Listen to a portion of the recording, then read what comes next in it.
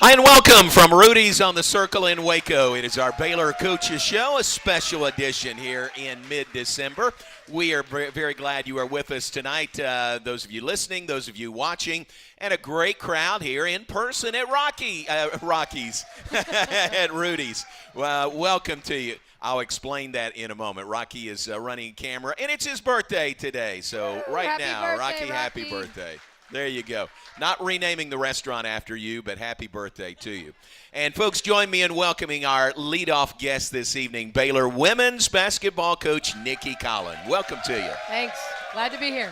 A rare treat. We get you on a coach's show the day of a game. Y'all played earlier today. We did. Elementary day. And you know, the great thing is I have to believe that the teachers were happy. Because you think about this last week going into Christmas, and you know they're squirrely anyway. Oh, sure. So you might as well let them scream and yell and be as loud as they want to be at a basketball game. So, someone said, how did it feel with all that noise? And I said the best part about having it be loud, consistently loud, was that we played against a team that pressed, and I never had to call a play. So they really didn't need to hear me, most of the game. So it wasn't like a high execution where you need to hear and have timing. It was throw it to the most open person and make the shot, and if you don't, go rebound it type of game. That's pretty good. And so you've got a voice left after the game today. A little bit of a voice. Yeah. You know what? I think September hit, and it's come and gone since then. Right. So I don't know. Pretty soon, I don't know how many of you know who Doug Bruno is, but I feel like eventually I'm going to sound like Doug Bruno. Yeah. Like it's just going to be gone permanently. Don't say that. I don't like to think about things like that. So no, well, that's great, man. We appreciate it. And great win today. You squeaked by 66 points. Congratulations on the win. Yeah. A lot of good things. A lot of great things. A lot of really good things. I don't have the stat sheet in front of me. Well, but so many great things. Here. I got one for you. So this is great. Y'all may not know this, but big win, obviously, 93-27. Dariana Little-Page-Bugs, 30 points in the game. Great performance. Asia Blackwell is back on the floor. So all these great things happen in the game today. This lady goes into the post-game press conference, and her first comment is, man, we had all these turnovers. We had 19 turnovers, and you're just railing on 19 turnovers.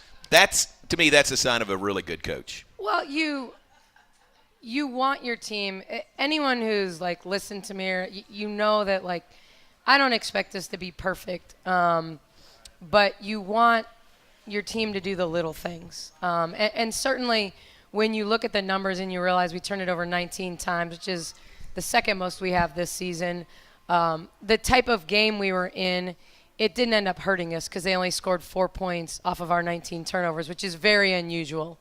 So some of those were dead ball turnovers, throwing the ball out of bounds, travels, things like that, illegal screens. I just like clean basketball. I like pretty offensive basketball. I like when we muck it up on D. I don't want them to be comfortable. I want our opponents to be uncomfortable, but offensively, I like pretty basketball, and it's not very pretty when you give it to the other team. So I thought we were unselfish. There were so many good things. I thought we were unselfish. It was great to see Asia back on the floor, and Bugs put the ball in the basket. And in the second half, we got going from the arc and made some shots and did a good job. You just want it all in a game like that to be perfect, and so. Yeah, I'm tough. We've already watched those turnovers with the team. Have you? We had film tonight. Wow. To prepare for Arizona. We fed them a team dinner and started prep on Arizona, but wanted to show them because a lot of it was that we had two type of turnovers today. We had the type of turnovers where no one was in front of us and we didn't make someone guard us and then make the right decision. And then we had the turnovers where they came at us, arms straight up in the air, and we tried to throw over them instead of under them. And so just really getting them to dial in and understand the different types of turnovers and how we can be better, how to create numbers, how to play under and around the defense, that type of thing. So just wanting to get it a little more right the next time. Very good. There's the explanation right there. It was your first game in 8 days. Time off for finals. I know you practiced during finals, but it's got to be a little, hit and miss there. Do you factor that in with 19 turnovers today? No. Not a bit. Okay. No, I don't figure that in. I don't think that stopped them from playing under the defense. Or, I will say this: I do think our team was rallying really hard and did a good job in the classroom.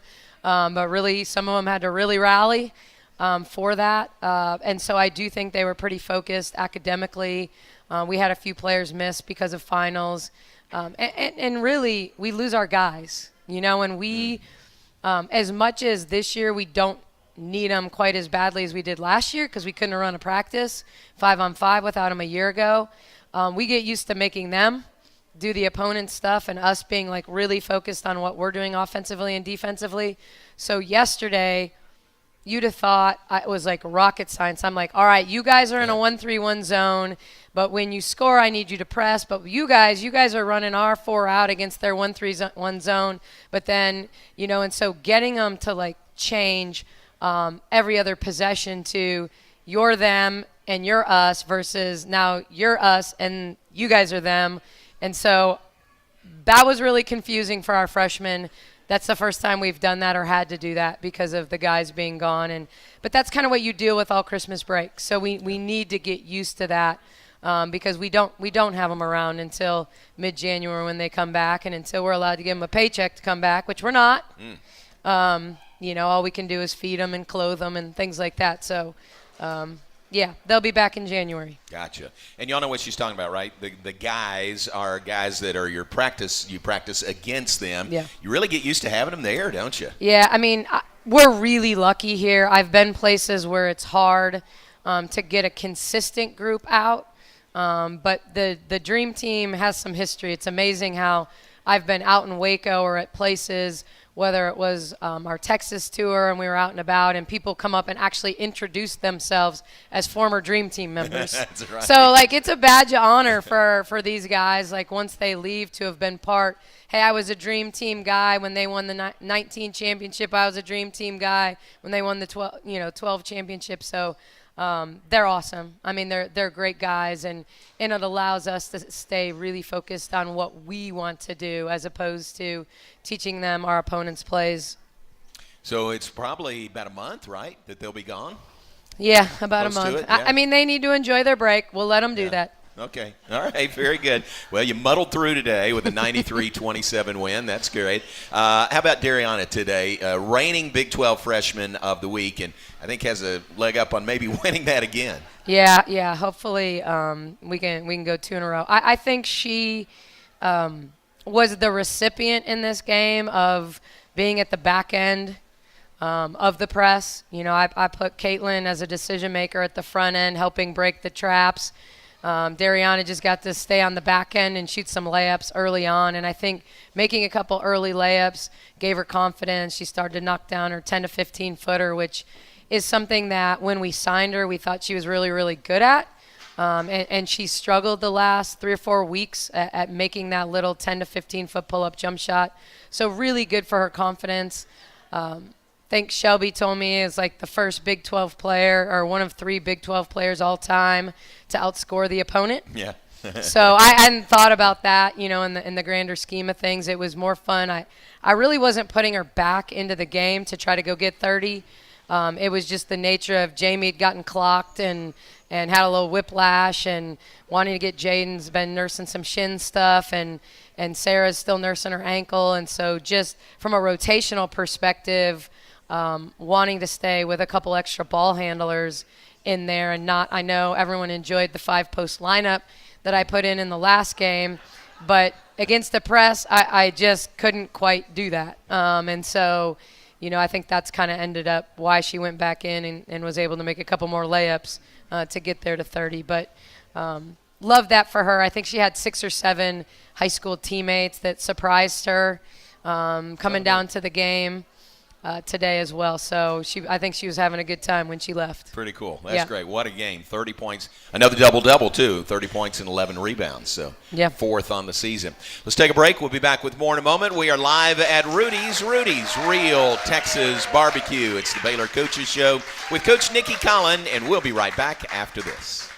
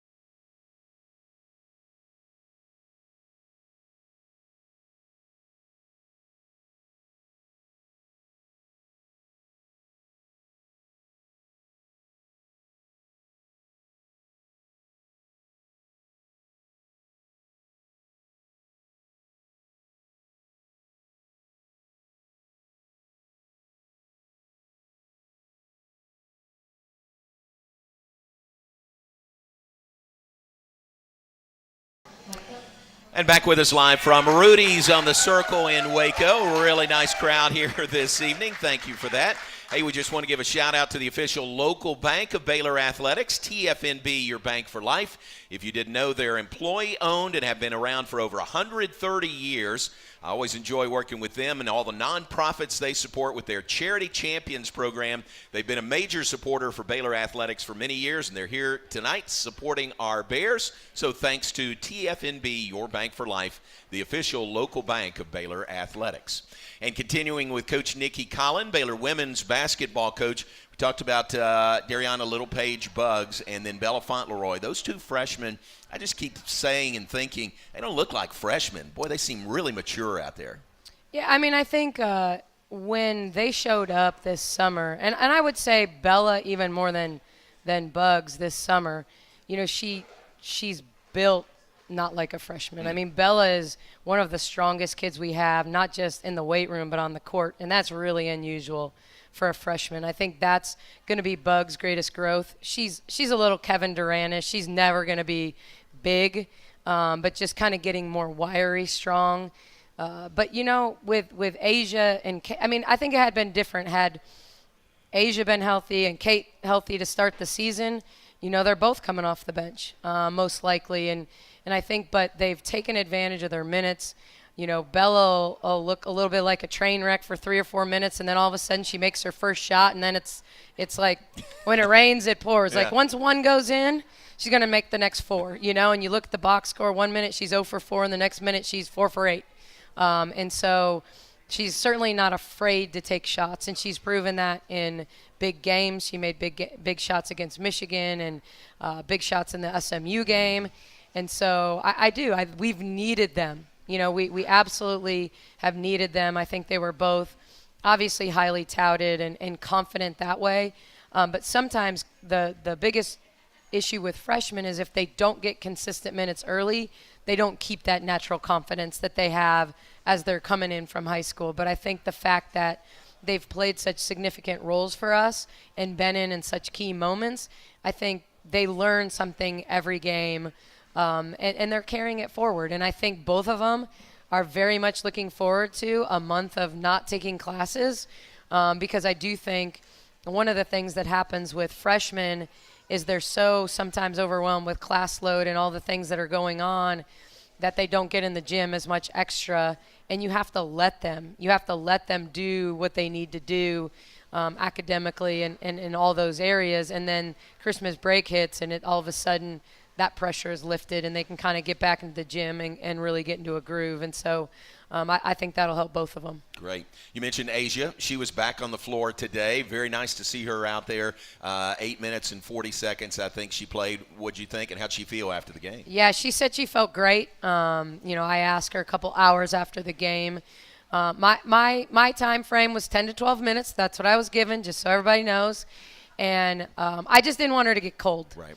And so the goal was to play her that segment in one stretch. And, you know, it was 8 minutes and 40 seconds is not 10 to 12. But I felt like the timing of that, I think we went to timeout, and it just felt like the natural time to say, okay, you've gone in.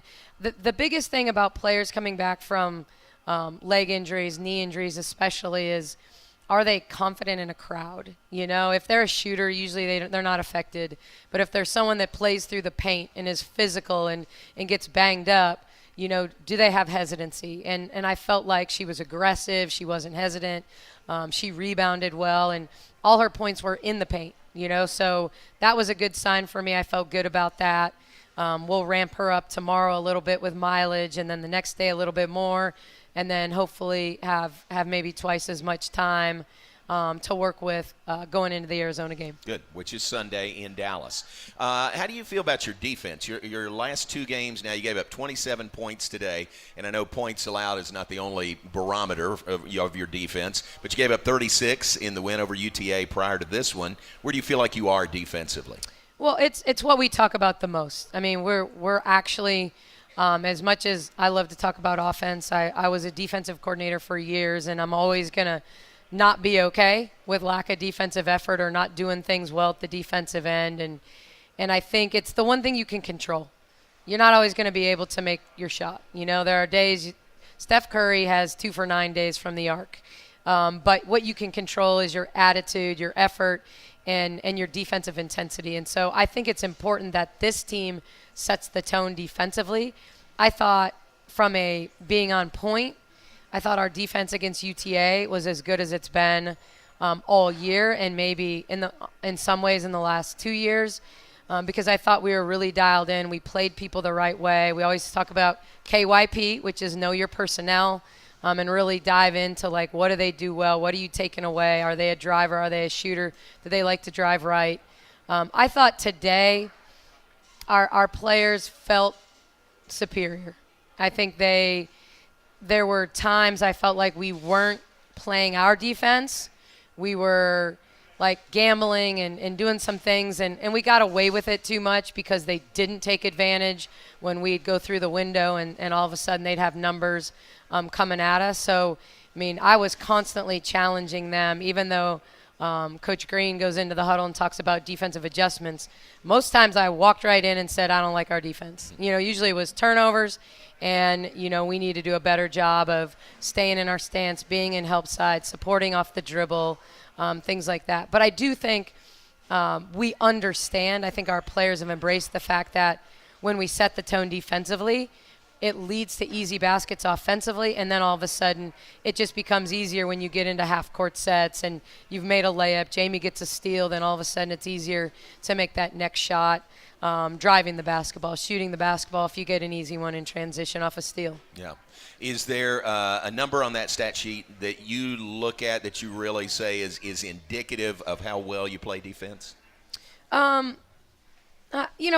it's turnovers, but in all honesty, I mean, you guys were at the game. There were times that they just inbounded and threw it out of bounds, and I don't know that we forced those. I like that we scored 29 points off of turnovers, but once again, a significant number of those turnovers that they had were dead ball turnovers where they get to set their defense and do what they need to do. So a lot of times it's field goal percentage. They were 1 for 16 from the arc. We played a little zone again and did a pretty good job in our zone coverage. We didn't give up a lot of offensive rebounds. This is a team, because they're so athletic, that they get some offensive rebounds. So it kind of depends on the opponent what I'm looking at. I think some of our steals were aggressive steals, good steals, and other ones are going to get us in trouble if we're out in denial in the passing lane and we're going against somebody that's going to ram it down our throat. So, it kind of depends game to game. To me, it's are we where we're supposed to be? And that doesn't always show up in the box score. Mm-hmm. It shows up in the film because they always know they're going to see it. So that's where you kind of see it. If there's one thing I'm happy about, we shot 76% from the foul line today. That should get a standing O because I know that has been – they're all shooting an extra 200 free throws a week right now, guards and posts. But to me, free throw shooting is all about the confidence you build on your own. Anyone that tells me I should spend more time shooting in practice is crazy. You get confidence shooting free throws by shooting pressure free throws when your team has to run or things like that. And you get confidence from being in the gym on your own and seeing the ball go through the net over and over and over again where you can't get it wrong. And so that's on them, and that's something that I'm never going to use our practice time and team time for something that they can do on their own. We've got shooting machines that can rebound for them. So, yeah, 76% today. 76% today. All right, let's take a break. Back with more in just a moment. Coach Nikki Collin, coach of the 18th-ranked Baylor Bears, the 76% free throw shooting Baylor Bears. Exactly. We'll be right back after this.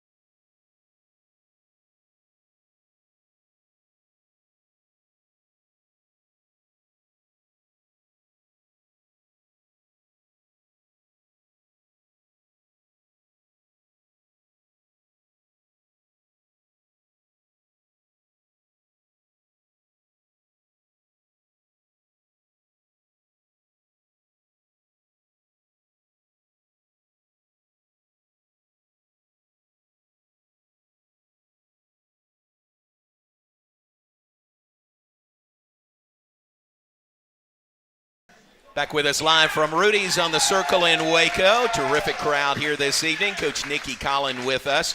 Coach, how about our old trapper, what's your beef? This usually refers to your schedule, the upcoming schedule. You got a top 20 matchup with Arizona coming up on Sunday evening. What do you think about that game? I'm up for the peppered beef you got jerky. Hot and spicy. Nah, you got that's too hot. teriyaki. I'd go with the peppered. Yeah, All right, definitely you take the that peppered. back with you. You give some to Tony and see if he likes that when you go back. All right, how about Arizona on Sunday? Yeah, they're pretty good. We're ranked 12. Kansas went in there and got them pretty good. It was close at halftime, and Kansas is just a veteran team, and they did a really good job of playing downhill against their pressure and really making it hard for Arizona to score in the half court. So really quality opponent. Known Adia Barnes for a long time. Didn't coach against her when she played, but got to know her a little bit. I drafted Ari McDonald, which was, kind of the superstar, the Final Four a couple years ago, and drafted her in Atlanta. So got to know Adia Barnes pretty well through that process. And I know that loss will have them fired up. Sometimes when you don't play as difficult a schedule, your team gets comfortable. And then all of a sudden they take their first punch, and it's about how do they punch back. And knowing the kind of player and Coach Adia is, I'm sure she's got them punching back at this point. So, a team that's very defensive oriented.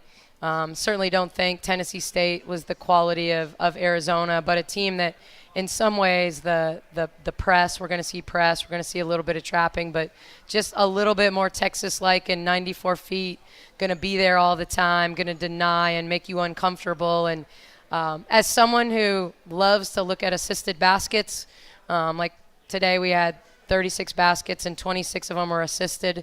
That's the kind of team I want to be. I want to be a team that shares and gets the ball to the most open player. Sometimes against teams that pressure and deny, you're going to have fewer assists because you got to play downhill. And you have to draw fouls, and you kind of have to attack the front of the rim. And so it's a game that you're going to probably get fewer assists because of how they play, and Texas is the same way. So those are, if I had to compare them, they've got some little bit of Texas in them in terms of how physical they are and how they pressure. And, for Big 12 fans in here, there's a lot of Big 12 kids in their starting lineup. So 3 of their starters are transfers this year. One was a former transfer, so their starting point guard was an OU transfer a couple years ago. Their starting center was a starter at West Virginia, Martinez, a year ago, and their starting guard is Lauren Fields, who was Oklahoma State's leading scorer a year ago. So they're a team that's really talented. They signed a top 10 recruiting class, and so they have good freshmen. They have all these transfers, but once again, it's about, kind of getting them to mesh together. And even for us in terms of scouting them, when you win games by 30, 40, 50 points or score 115 points, everyone's getting the game. And it takes some closer games like they had against New Mexico or Kansas to really figure out who she really trusts, what is really their 8-player, 9-player rotation, because you don't really see that until you see a team in a dogfight. And whether that's in the first quarter or the fourth quarter, you start to kind of see that rotation narrow down. And so we're going to get a really good effort, that I can tell you. That'll be fun. 6:30 Sunday at the American Airlines Center in Dallas, part of a quadruple header of games. Baylor women play the third of the 4 games, and the Baylor men play Washington State, the nightcap on Sunday. You guys know it's the only time we cheer for Texas, right?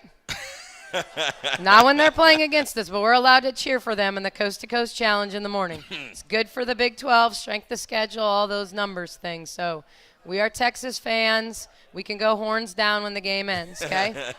This audience is not buying I that, know. I don't think. But that's a good message. Would be good for the Big 12. That's our old trapper, What's Your Beef? We got some questions for you. Also, our First Place Foods Ask the Coach. Pat says, what teams are the top teams to beat in the Big 12? They all are. They're Sure. all. I think the league is really good. Obviously, Iowa State dropped out of the top 10 because of a loss to Iowa. But, I don't know how many of you have watched Iowa State, but they had a center last year that we didn't guard, that we really helped off of and helped guard Ashley Jones. and now they have a 6'7" center who shoots threes. And so she's fantastic. She's a Brazilian kid that actually played at the Masters College, an NAIA school in California, but has made them even harder to guard than they've been in the past. So I think they're a favorite in some ways, but OU's style of play is unique because they just score a million points and really push tempo, and they had kind of a run it back mentality with Maddie Williams and Taylor Robertson coming back for their fifth years, their COVID years. Texas was ranked in the top 5 to start the season, but I think the combination of Rory Harmon being out early, a really, really challenging schedule to start the season, and then them being a collection of transfers, really, really good ones. But chemistry doesn't happen overnight. Synergy doesn't happen overnight, so I anticipate they'll still be good.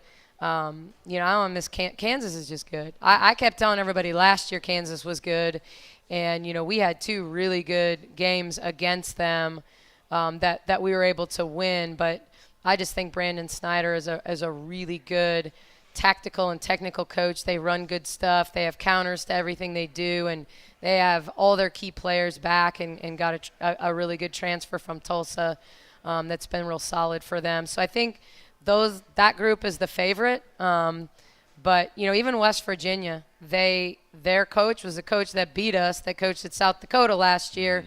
So I think stylistically they're going to be incredibly different than they were a year ago with some of the same players.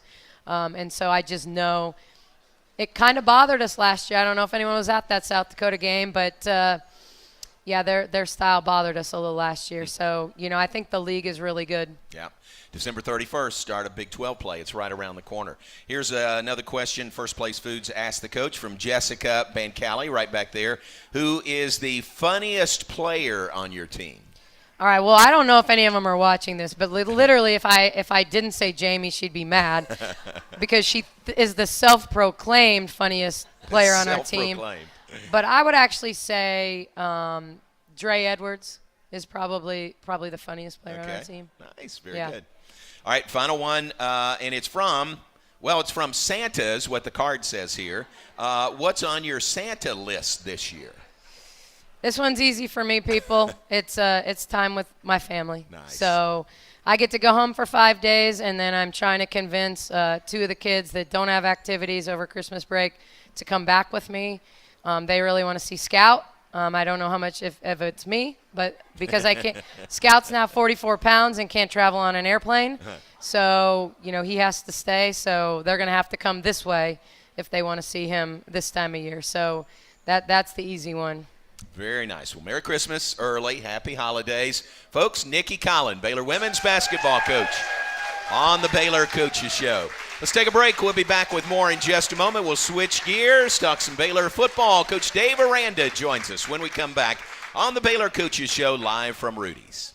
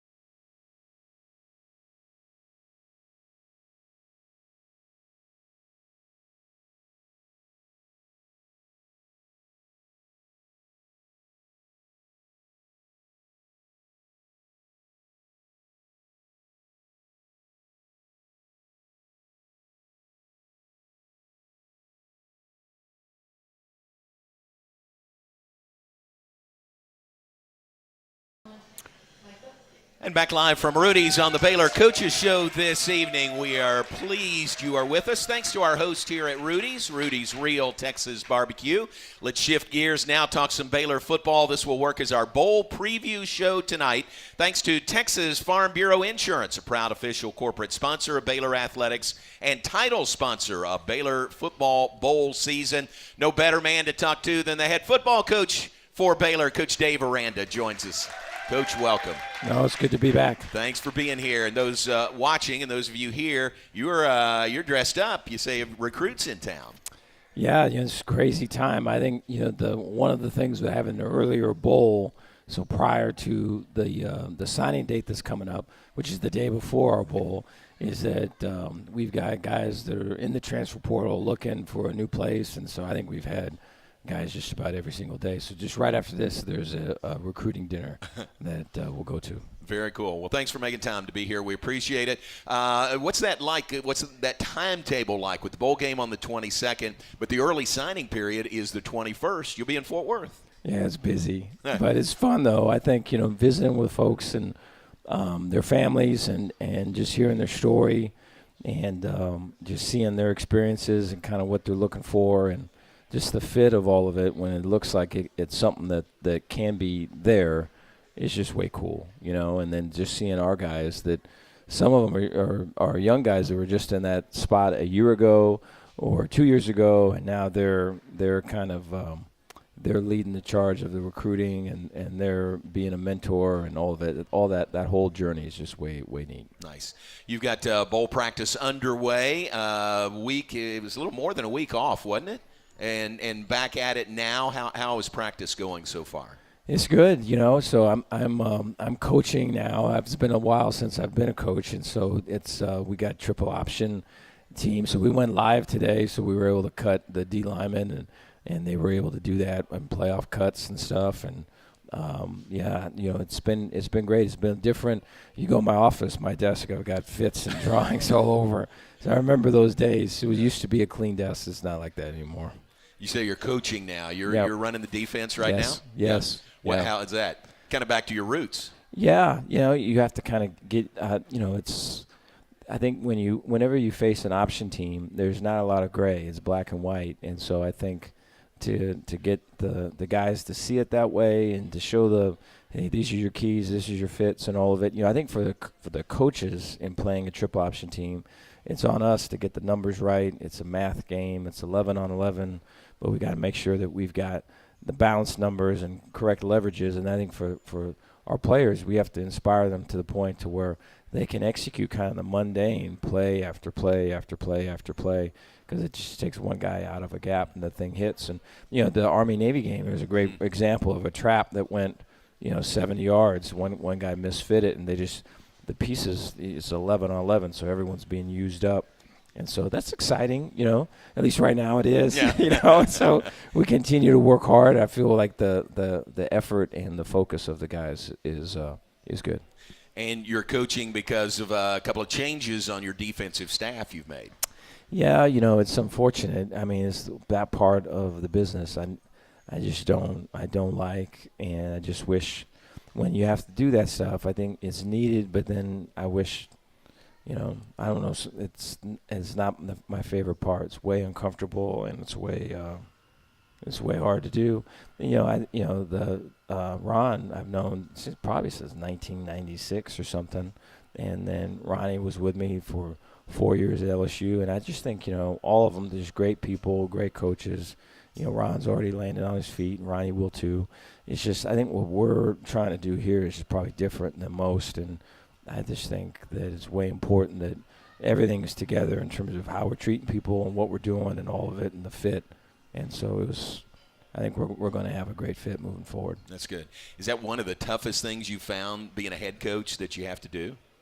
Yeah. I think you want to be able to build the trust and your relationship so you can have kind of hard talks, And so I think, you just don't want it to be where everyone's being nice to everyone and not really talking about the stuff they got to talk about. So I think those talks have happened, and I think when it gets to the point where you have to make a move, that it's unfortunate. I got you. And you'll be the acting, so to speak, DC for the bowl game? Yeah, I think was at Hawaii and we played. I think we played Navy one. I know we played Navy one year, and there was Army. I think it was a separate year, and so have never played Air Force. And then at LSU we played Georgia Southern. They're a triple option team, and so kind of different game plans there, kind of building on some of that. And then I have friends that coach at Army and coach at Navy, and so there's been a lot of telephone calls and FaceTimes to kind of get back in the mode because you have to get back on the bike and see if you can go. Yeah, very good. All right, let's take a break. Back with more in a moment. Coach Dave Aranda, our guest, head football coach at Baylor. The Bears bowling for the 11th time in the last 13 years. We'll talk about the matchup with Air Force and more with Coach Aranda when we come back.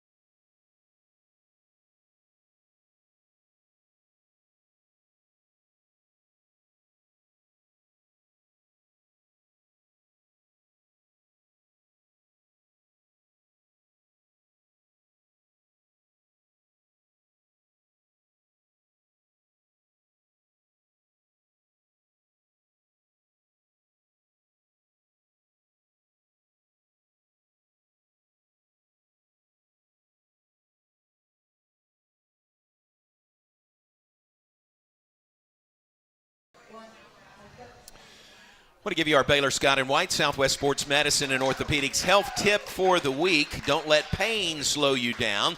We diagnose and treat sports-related injuries and provide orthopedic services for athletes and non-athletes alike. Visit a Baylor Scott and White Sports Medicine and Orthopedic specialist and move like you used to. And back with us on the Baylor Coaches Show tonight, a special edition of Bowl Preview. Bowl Preview brought to you by Texas Farm Bureau Insurance, title sponsor of Baylor football bowl season. And Coach, let me say this. We don't take that for granted. Congratulations on advancing to a bowl game this year. As I said, 11th time in the last 13 years.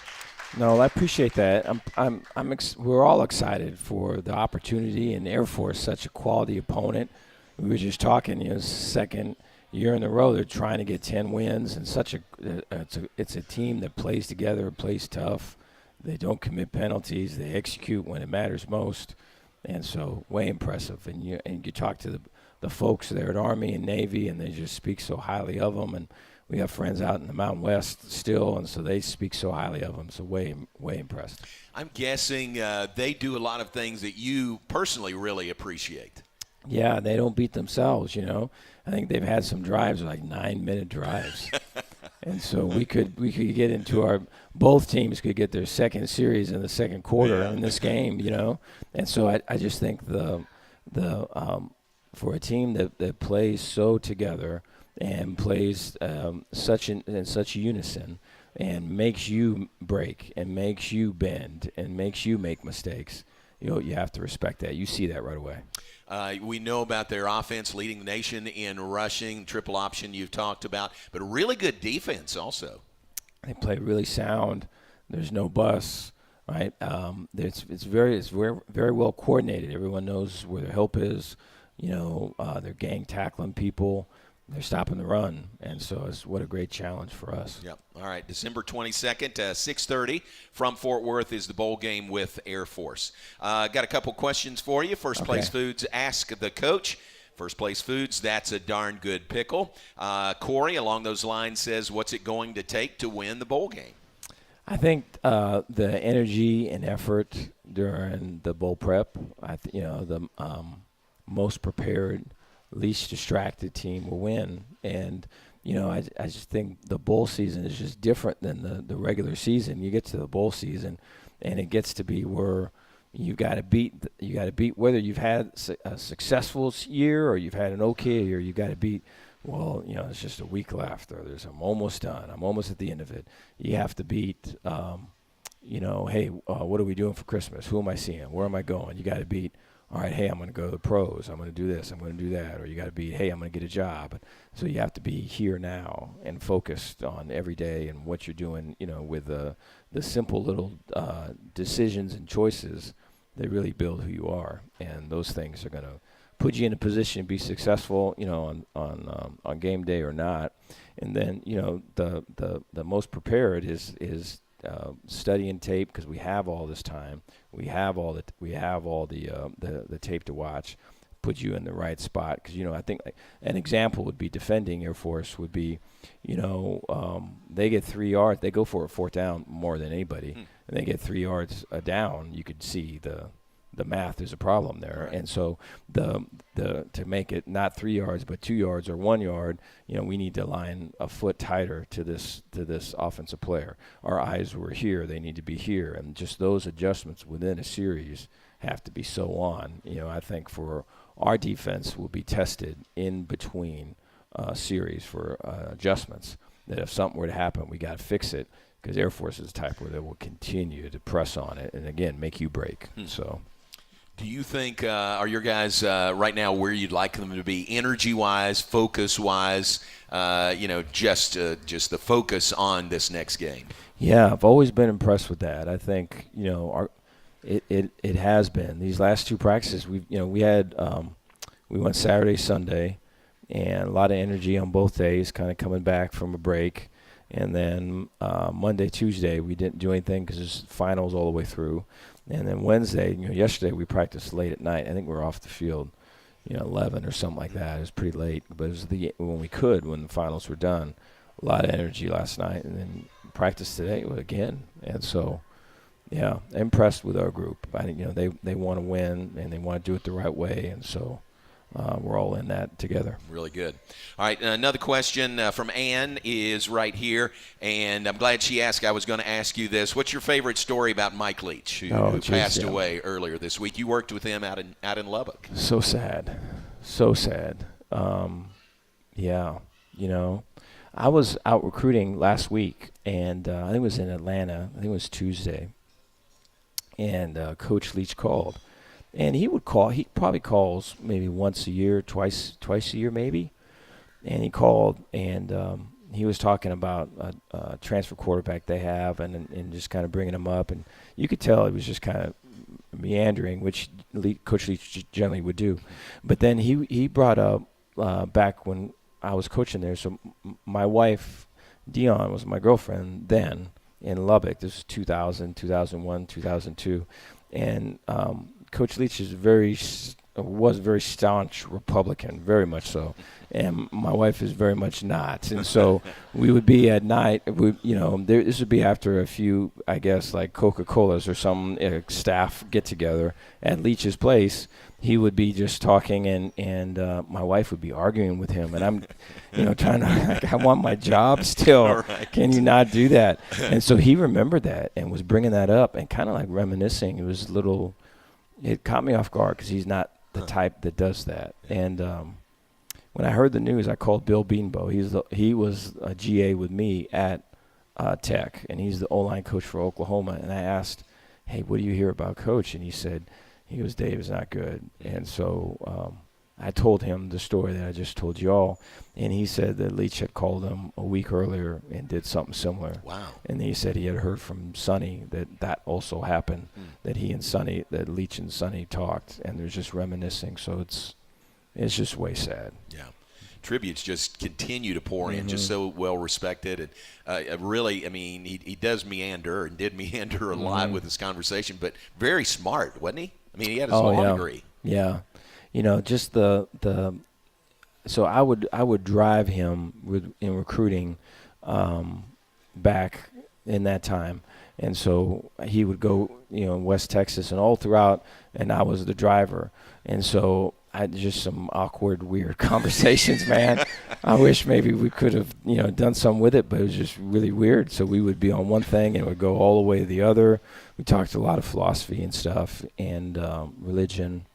And so it's just, I'll always remember that stuff. Yeah. Well, thanks for sharing. God rest his soul and bless his family.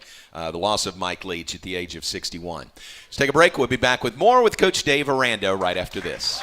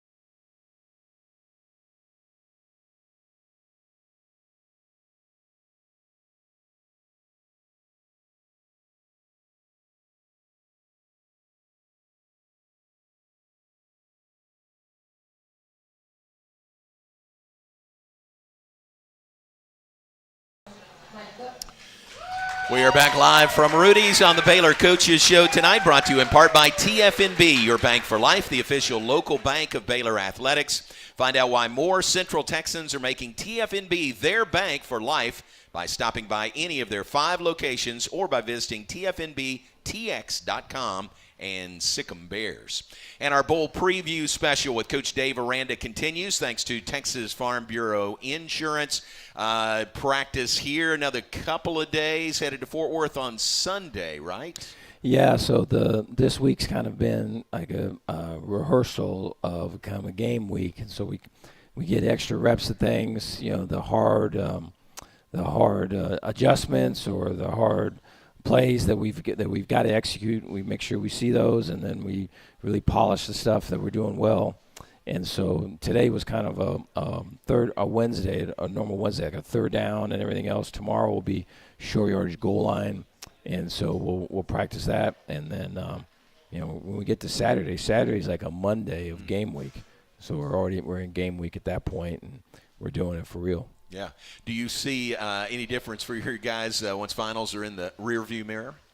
Yeah, there was some anxiety, and I thought I'm very hopeful that we're going to finish with a really strong GPA. I know, last year we had one of the best, I think, really of all time Baylor football, and this year we're a little bit down from that mark, but I thought we finished really strong. It's all appearances that way, and I think everyone works so hard for that. And so I'm hopeful that the numbers come out that shows that. Schematically, personnel-wise, do you do anything different against the triple option?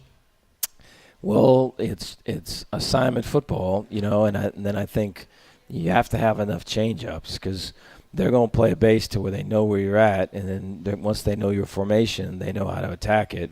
And it's real subtle changes, and so it's not anything where it's like, it's not anything where it's going to be right in your face, kind of challenging you. It's going to be kind of underhanded. It's going to be just subtle attacks that you have to face off on, because if you make too big of a move, then you're short on another side, and so you've got to be subtle as well.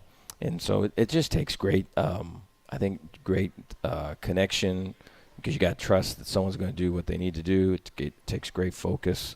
So you appreciate it. I mean, if you're going to play this team, you play them first game or last game, for sure, to give you the ability to rep it. It's a real chess match, isn't it? Yeah. I can see that. Yeah. Final thought, we end up with 8 of the 10 Big 12 schools in bowl games, 1 in the college football playoff. I mean, that's great representation. Really shows how good the league was this year. Yeah, there's, you talk about any given week and what could come of it. And then, just right now with just guys that are looking around and say a guy was at this school and now they're visiting this other school. I think there's such a close connection, such a close association just in the league, and just a common respect of coaches and players for coaches and vice versa. And so I think it's way close and way impressive and only getting better. Yeah. Well, listen, we really do appreciate you making time to be here tonight. I know you're very busy, bowl prep, recruits in town and everything. But thanks for being here, and good luck against Air Force. No, appreciate you. Thank you, guys. All right, Coach Dave Aranda, Baylor and Air Force in the Lockheed Martin Armed Forces Bowl. It is December 22nd from Fort Worth, 6:30 kickoff there. Back to wrap things up right after this.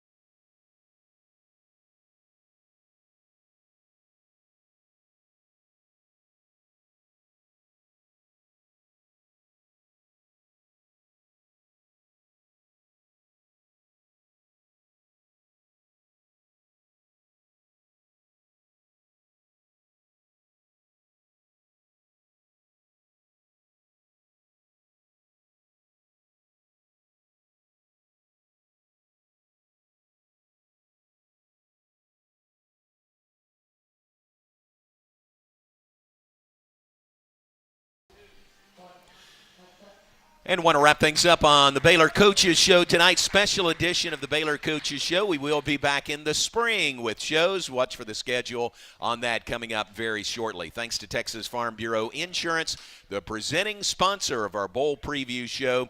Thanks to Coach Nikki Collin and Coach Dave Aranda for being our guests on the show this evening. We do appreciate everyone that is here, everyone watching, everyone listening, and we wish you the best holiday season ahead. Merry Christmas, and just keep in mind what that means in all of our lives. Just have a great Christmas season. That's it from Rudy's. Thanks for being with us. For our entire crew, I'm John Morris. So long from Rudy's.